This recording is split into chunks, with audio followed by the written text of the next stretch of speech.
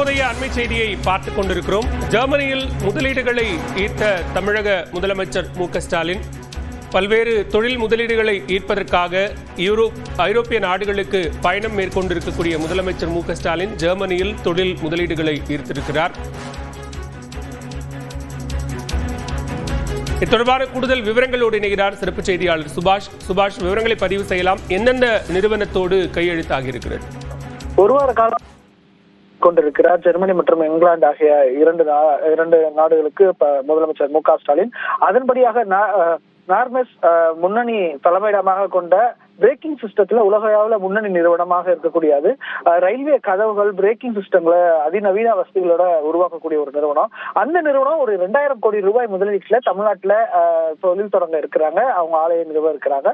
அதன் மூலமா 3500 பேருக்கு வேலை வாய்ப்பு கிடைக்க இருக்கிறது. அதே போல நார்த்தெக்ஸ் குழுமம் உலகின் முன்னணி காற்றாலை உற்பத்தியாக இருக்கக்கூடிய ஒரு நிறுவனம். அந்த நிறுவனம் ஒரு 1000 கோடி ரூபாய் முதலீட்டுல தமிழ்நாட்டுல தனது செயல்பாடுகளை விரிவுபடுத்த இருக்கிறாங்க. அவங்க அந்த தொழில் மூலமாக அந்த 1000 கோடி ரூபாய் முதலீட்டின் மூலமாக ஒரு 2500 பேருக்கு வேலை கிடைக்க இருக்கிறது. அதே போல எம்பாபாஸ்ட் ஆற்றல் திறன் கொண்ட மின்சார மோட்டார்களை காற்றின் மூலமாக உருவாக்கக்கூடிய தொழில்நுட்பத்தை கொண்டு இருக்கிறது. அவங்க ஒரு 201 கோடி ரூபாய் முதலீடுகளை செயல்பட இருக்கிறாங்க. அதன் மூலமா ஒரு 250 பேருக்கு வேலை வாய்ப்பு ஆனது கிடைக்க இருக்கு.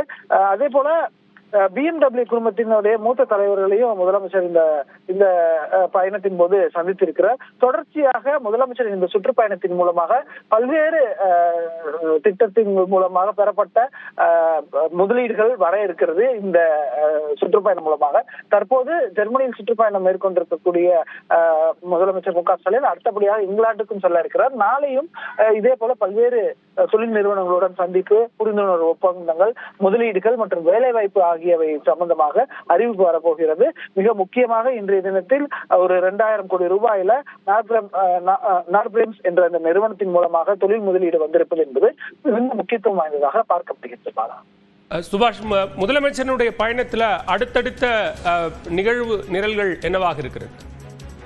தொழில் முதலீட்டாளர்களை பார்ப்பது, அதே போல தமிழ் சமூகத்தை சார்ந்த தொழிலாளர்களை அங்கே தொழில் வளங்களை வைத்துக் கொண்டு அங்கே செயல்படுத்தக்கூடியவர்களை, தமிழ்நாட்டை சார்ந்தவர்கள், இந்தியாவை சார்ந்தவர்கள் தமிழகத்திற்கு வந்து தொழில் முதலீடுகளை செய்ய வேண்டும் என்று முதலமைச்சர் ஏற்கனவே சொல்லியிருந்தார். அவர்களையும் சந்தித்து பேசியிருந்தார். அவர்களையும் சந்திக்க இருக்கிறார். அதற்கான சந்திப்புகள் அடுத்தடுத்து நடைபெற இருக்கிறது. இந்த சந்திப்பு, இந்த சுற்றுப்பயணத்தில் ஒரு தொழில் முனைவு மட்டும் அல்லாமல் தமிழகத்திற்கும் ஜெர்மனிக்கும் உள்ள இந்த தொடர்பு, அதே போல அங்க இருக்கக்கூடிய முதலீடு, அங்க உள்ள டெக்னாலஜி இங்க கொண்டு வர்றது, இங்க பல்வேறு கட்டமான வளர்ச்சி பணிகளை மேற்கொள்வது ஆகியவை சம்பந்தமாக பல திட்டங்களை கொண்டு வருவதற்கான ஒரு பயணமாகத்தான் இந்த பயணம் வந்து தற்போது திட்டமிடப்பட்டிருக்கிறது. பல்வேறு தொழில் நிறுவனங்களை ஈர்ப்பதற்கான பல்வேறு புரிந்துணர்வு ஒப்பந்தங்களும், அதே போல தொழில் நிறுவனங்களை சந்தித்து பேசக்கூடிய தலைமை அதிகாரிகள், அந்த நிறுவனத்தின் உரிமையாளர்கள் அவர்களை சந்தித்து பேசுவதற்கும் திட்டமிட வச்சு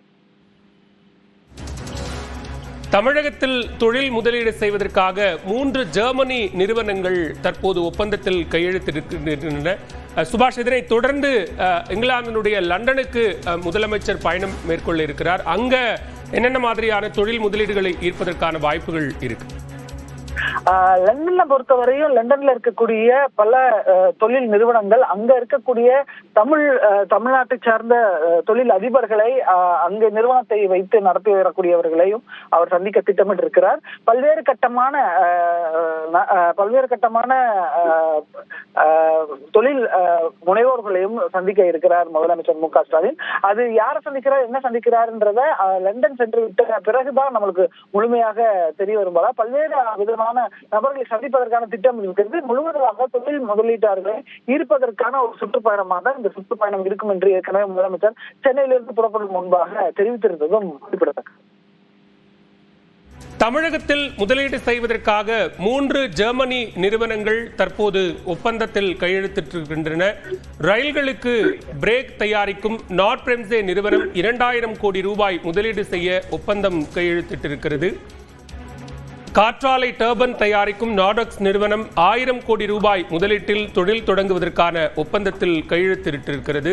இதன் மூலமாக 6250 பேருக்கு வேலை வாய்ப்புகள் கிடைக்கும் என்றும் அறிவிக்கப்பட்டிருக்கிறது. சுபாஷ், இந்த 3 நிறுவனங்களும் எப்போது தமிழ்நாட்டில் முதலீடுகளை தொடங்குவார்கள் என்று எதிர்பார்க்கலாம்? இந்த கோர்னெக்ஸ் பென்ஸ் நிறுவனம் வந்து ஒரு 2000 கோடியில அவங்க முதலீடு பிளான் பண்ணிருக்காங்க. அது மூலமா ஒரு 3500 பேருக்கு வந்து வேலைகள் வந்து நேரடியாகவும், அதே போல அதை மேலும் வலுப்படுத்தும் பொழுது ரயில்வே காம்பவுண்ட்ஸ், அதாவது ரயில்வேக்கு தேவையான உபகரணங்கள் தமிழ்நாட்டுல குறிப்பா இந்த நிறுவனம் எந்த பகுதியில் அமைகிறதோ, ஏன்னா ஏற்கனவே நமக்கு ஐசிஎஃப் இருக்கு, அதுக்கு பக்கத்துலயே இது வருதா இல்ல சென்னையில இருந்து தள்ளி வருதான்றதை பார்க்க வேண்டும். அப்படி வரும் பட்சத்துல நிச்சயமாக அதுக்கும் வந்து ஒரு பெரிய சப்போர்ட்டாக ரயில்வே துறைக்கு நம்மளுடைய பங்களிப்பாக, மாநில அரசின் தொழில் முனைவுக்கு பங்களிப்பாக அது இருக்க போகிறது.